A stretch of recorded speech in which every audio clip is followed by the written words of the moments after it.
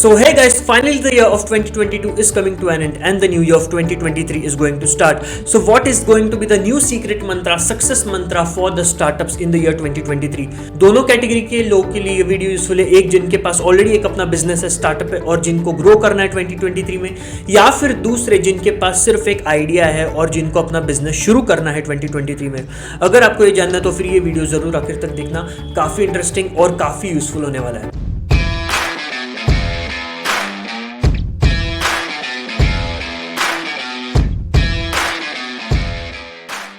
So hey guys, my name is Siddhant and welcome back to new video. Economic Times ने एक survey किया industry experts, founders और investors के साथ में, और उन्होंने पूछा कि 2023 कैसा होने वाला है from the startup ecosystem point of view. 64% of the people said that कि फंडिंग क्रंच ईज हो जाएगा द लेट हाफ ऑफ 2023 में। जो सेकंड हाफ होगा उसमें जो फंडिंग क्रंच अभी चल रहा है वो ईज आउट हो जाएगा। 21% सेड कि it could be more verse, और बदतर हो जाएगा, मार्केट में और भी कम पैसा रहेगा। एंड 14.8% लोग सेड कि जो अभी चल रहा है वैसे ही रहेगा, मतलब लो रहेगा लेकिन मीडियम रहेगा, बहुत कम भी नहीं बहुत ज्यादा भी नहीं, लेकिन मीडियम लेवल पे रहेगा। So what does this tell you? ये आपको क्या बताता है? 64% लोग कहते हैं कि सेकंड हाफ ऑफ 2023 में ईज आउट हो जाएगा। तो उसके पहले जो क्राइसिस रहने वाला 5-6 मंथ्स का, क्या आपको उसमें स्टार्टअप स्टार्ट करना चाहिए? जरूर स्टार्ट करना चाहिए। सुंदर पिचाई जो कि गूगल के सीईओ है, अल्फाबेट की सीईओ है, उन्होंने कहा है कि it is the best time to start a startup. And ये हमेशा देखा गया है कि जब भी क्राइसिस का समय होता है उस समय जो कंपनीज बड़ी होती है, शुरू होती है, वही आगे जाके बड़ी बनती है, राइट? क्योंकि अगर आप इस फंडिंग क्रंच के टाइम में अगर आप अपना बिजनेस स्टार्ट करोगे, ऐसा नहीं कि आपको पैसा नहीं मिलेगा, आपको पैसा मिलेगा, लेकिन आपको सही वैल्यूएशन पे मिलेगा और आप फ्रूगैलिटी सीख जाओगे, आप उस पैसे को बेहतर तरीके से हैंडल करना सीख जाओगे। लास्ट ईयर 2021 में there was a massive influx of cash that happened, right? And that led to minting of 40 unicorns in India।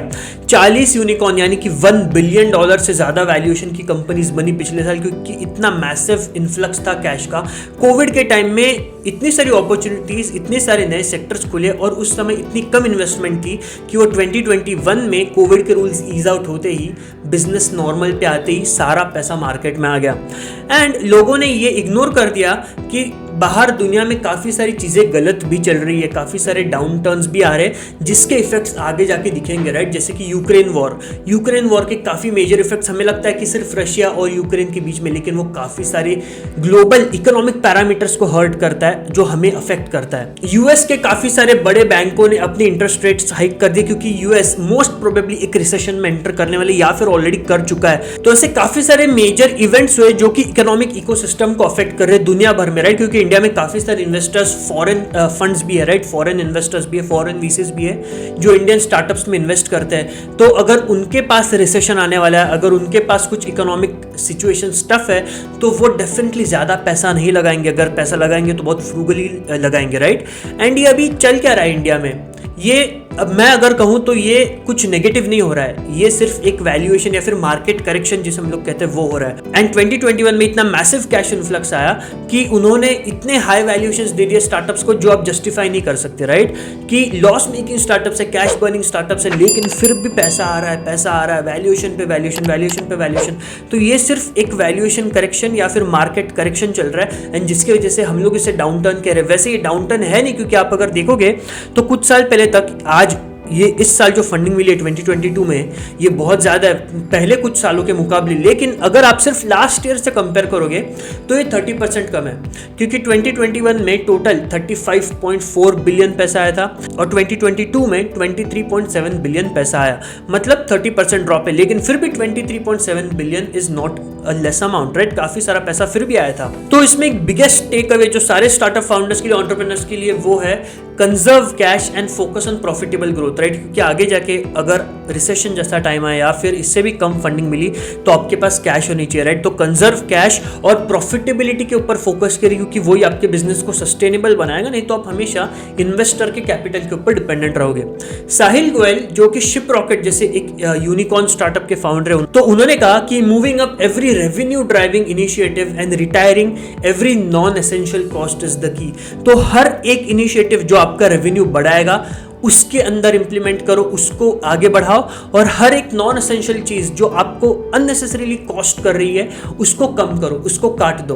तो ये दो चीजें आप करो, राइट, तब जाके बैलेंस मेंटेन होगा। तो 3 मेजर लेसन्स जो आपको पता होने चाहिए 2023 में अगर आपको एक स्टार्टअप फाउंडर बनना है या फिर आपको एक स्टार्टअप रन करना है। So there are 3 major lessons. The first is focus on core markets, products and business and focus on unit economics, right, and then focus on scaling up। 2021 में unit economics गया तेल लेने, भाई customer acquire करो, पैसा डालो, cash burn करो, valuation बढ़ाओ, सिर्फ स्केलिंग अप पे ध्यान दे रहे थे 2021 में, क्योंकि इतना पैसा था, मार्केट में लगाओ, कस्टमर एक्वायर करो, मार्केट शेयर गेन करो। यूनिट इकोनॉमिक्स का किसी को भी नहीं पड़ा हुआ था, right, and that is the reason a lot of grocery delivery and edtech startups are now laying off और आर नाउ शटिंग डाउन, क्योंकि unit economics was not working for them, right. And ये सिर्फ मैं नहीं बोल रहा हूँ, ये बोला है मामा अर्थ के फाउंडर वरुण अलग ने, राइट। मामा अर्थ जो कि फिर से एक इंडियन यूनिकॉर्न स्टार्टअप है, उनके जो फाउंडर वरुण अलग, उन्होंने कहा कि unit economic plays a very important role, right. तो यूनिट इकोनॉमिक्स आपको, अगर आप एक प्रोडक्ट बेच रहे हो कंज्यूमर को, तो उसका यूनिट इकोनॉमिक्स क्लियर होना बहुत इंपॉर्टेंट है, उसमें आपके लिए एक सफिशिएंट प्रॉफिट मार्जिन होना काफी इंपॉर्टेंट है। बिना पॉजिटिव यूनिट इकोनॉमिक्स के अगर आप एक बिजनेस स्केल करोगे तो फिर वो एक सुसाइड की तरह, राइट, क्योंकि वो बिजनेस को और बदतर सिचुएशन में लेके जाता है। एंड अगर आप इस सुसाइडल टेंडेंसी के पीछे अगर आप जाओगे कि यूनिट इकोनॉमिक्स पॉजिटिव नहीं है फिर भी मैं स्केल कर रहा हूं, तो बॉस ये जो अभी चल रहा है इकोसिस्टम में बाहर, आपको कोई बचाने के लिए पैसे नहीं देने वाला, right. No one is going to save your business और save you by investing in your loss making company. तो सामान अगर 500 का बेच रहे हो तो पता करो कि बन कितने में रहा है, मेरा उसमें 100 से 150 रुपए बच रहा है कि नहीं बच रहा है। सारी चीजें काटने के बाद में, right, marketing costs, customer acquisition, ये सारी चीजें काटने के बाद में मेरा कितना नेट प्रॉफिट बच रहा है। नेट प्रॉफिट, ग्रॉस प्रॉफिट, इसको समझो कि ग्रॉस प्रॉफिट क्या होता है, नेट प्रॉफिट क्या होता है, ये सारी चीजें आपको पता होनी चाहिए यूनिट इकोनॉमिक्स के लेवल पे, right. Now a product market fit is very important and वो तभी आएगा जब आपका यूनिट इकोनॉमिक्स पॉजिटिव होगा, राइट। एंड इसलिए क्योंकि जब आप एक यूनिट इकोनॉमिक्स पॉजिटिव लेवल पे आप काम कर रहे हो, मतलब आप पुल जनरेट कर रहे हो, मतलब आप प्रॉफिटेबली हर एक कंज्यूमर की नीड को फुलफिल कर रहे हो जो आपके पास आ रही है। एंड अगर आप यूनिट इकोनॉमिक्स नेगेटिव यानी कि पुश पे काम कर रहे हो, मतलब आप डिस्काउंट दे रहे हो, परफॉर्मेंस मार्केटिंग के ऊपर फोकस कर रहे हो और आपके पास जो कस्टमर आ रहा है वो ऑर्गेनिक नहीं आ रहा है, आप उसको इनऑर्गेनिक तरीके से ला रहे हो, मतलब आप कस्टमर तो ला रहे हो लेकिन हर एक कस्टमर के ऊपर लॉस भी जनरेट कर रहे हो, तो जब आपका यूनिट इकोनॉमिक्स पॉजिटिव हिट करेगा तब समझना कि आपके पास एक प्रोडक्ट मार्केट फिट भी है। एंड जब आपके पास एक प्रोडक्ट मार्केट फिट होता है एंड जब आपके पास बैंक में पैसे होते हैं तब आप एग्रेसिवली इन्वेस्ट करो मार्केट शेयर को गेन करने के लिए। लेकिन अगर आपके पास दोनों भी चीजें नहीं है, यूनिट इकोनॉमिक्स पॉजिटिव नहीं है, प्रोडक्ट मार्केट फिट नहीं है, तो वापस जाओ, सोचो कि आप क्या नया कर सकते हो, आप क्या गलत कर रहे हो, आप क्या सही कर सकते हो, right. The second major point जो 2021 में काफी स्टार्टअप्स ने गलत किया, and that is don't focus on growth at all cost, right. लोग फोकस कर रहे थे ग्रोथ के ऊपर एट एनी कॉस्ट, किसी भी चीज की पड़ी नहीं है, right. Last couple of years we have just seen startups raising a ton of cash, burning a ton of cash in just scaling and growing up. Why are you loss making? आप loss making क्यों, आप cash burn क्यों कर? Because I am scaling up, I am growing up, I am acquiring customers. यही सारी चीजें सुन सुन के मतलब दिमाग खराब हो गया था कि हर एक स्टार्टअप फाउंडर यही बोल रहा है, ग्रोसरी डिलीवरी हो या फिर एडटेक स्टार्टअप्स हो, सारे यही बोल रहे हैं कि हम लोग स्केल कर रहे हैं, हम लोग मार्केट शेयर गेन कर रहे हैं, हम लोग कस्टमर्स एक्वायर कर रहे हैं, and that is the reason we are loss making, right. लेकिन this is also major reason कि उनके बैंक अकाउंट अभी सूख गए, राइट। एंड अगर उनको इन्वेस्टर का पैसा नहीं मिला तो फिर the only way they can conserve cash is by laying of. And इसलिए मैं कह रहा हूँ कि मार्केटिंग कॉस्ट्स को कट करो, कैश को कंजर्व करो एंड ऑर्गेनिक ग्रोथ के ऊपर फोकस करो। And growth at all cost और ग्रोथ एट एनी कॉस्ट, ये सिर्फ एक रॉन्ग माइंडसेट डेवलप हुआ था पिछले 1 साल में 2 साल में, क्योंकि इतना ज्यादा मैसिव कैश इनफ्लक्स है, राइट। स्टार्टअप फाउंडर्स ऐसी चीजें तभी कर सकते हैं when they have cash in hands, right, to play with it. अगर आपके पास पैसे ज्यादा नहीं है तो आप फ्रूगली सोचोगे, आप सही से सोचोगे कि पैसा कहाँ पे इन्वेस्ट करने पे सही रिटर्न ऑन इन्वेस्टमेंट आएगा, राइट। अगर मैं 1 रुपया लगा रहा हूँ तो मुझे उससे कम से कम 1.1 का रिटर्न आना चाहिए, मतलब मैं पैसा लूज तो नहीं कर रहा हूँ, राइट। I am gaining 10%। तो ये थॉट प्रोसेस कहीं पे 2021 में ना खत्म हो गया था, मर गया था, क्योंकि इतना पैसा आ रहा था कि स्टार्टअप फाउंडर्स सोच ही नहीं रहे थे रिटर्न ऑन इन्वेस्टमेंट का, राइट। तो बिजनेस के बेसिक फंडामेंटल्स को फॉलो करो कि बिजनेस का बेसिक फंडामेंटल है पैसा बनाना। आप ग्रो करो या चाहे ना करो, लेकिन आपका बिजनेस पैसा बनाना चाहिए, राइट।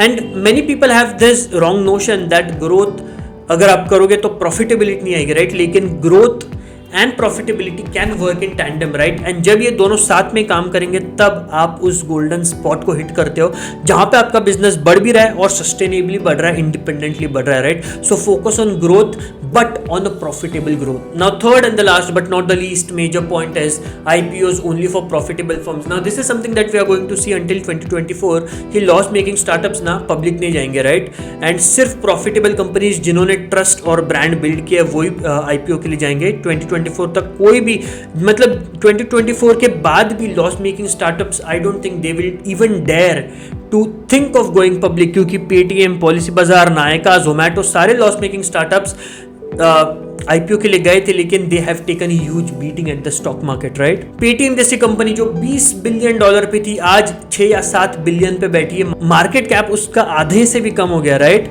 एंड इसलिए हुआ है क्योंकि रिटेल इन्वेस्टर्स का आप पैसा अननेसेसरी वेस्ट कर डुबा रहे हो, राइट। एंड रिटेल इन्वेस्टर्स को अगर कॉन्फिडेंस नहीं आएगा तो फिर वो आपके शेयर्स नहीं खरीदेंगे, आपके बिजनेस में नहीं इन्वेस्ट करेंगे, राइट। लेकिन on the other hand there have been some profitable startups, profitable companies जो पब्लिक गए एंड जो अच्छे से परफॉर्म करे पिछले 2-3 सालों में, right. And for example Ease My Trip ना, ईज माई ट्रिप का नाम कितने लोगों ने सुना है, right. It was a good profitable running startup that went public and लोगों ने उसको सर पे उठा लिया, राइट।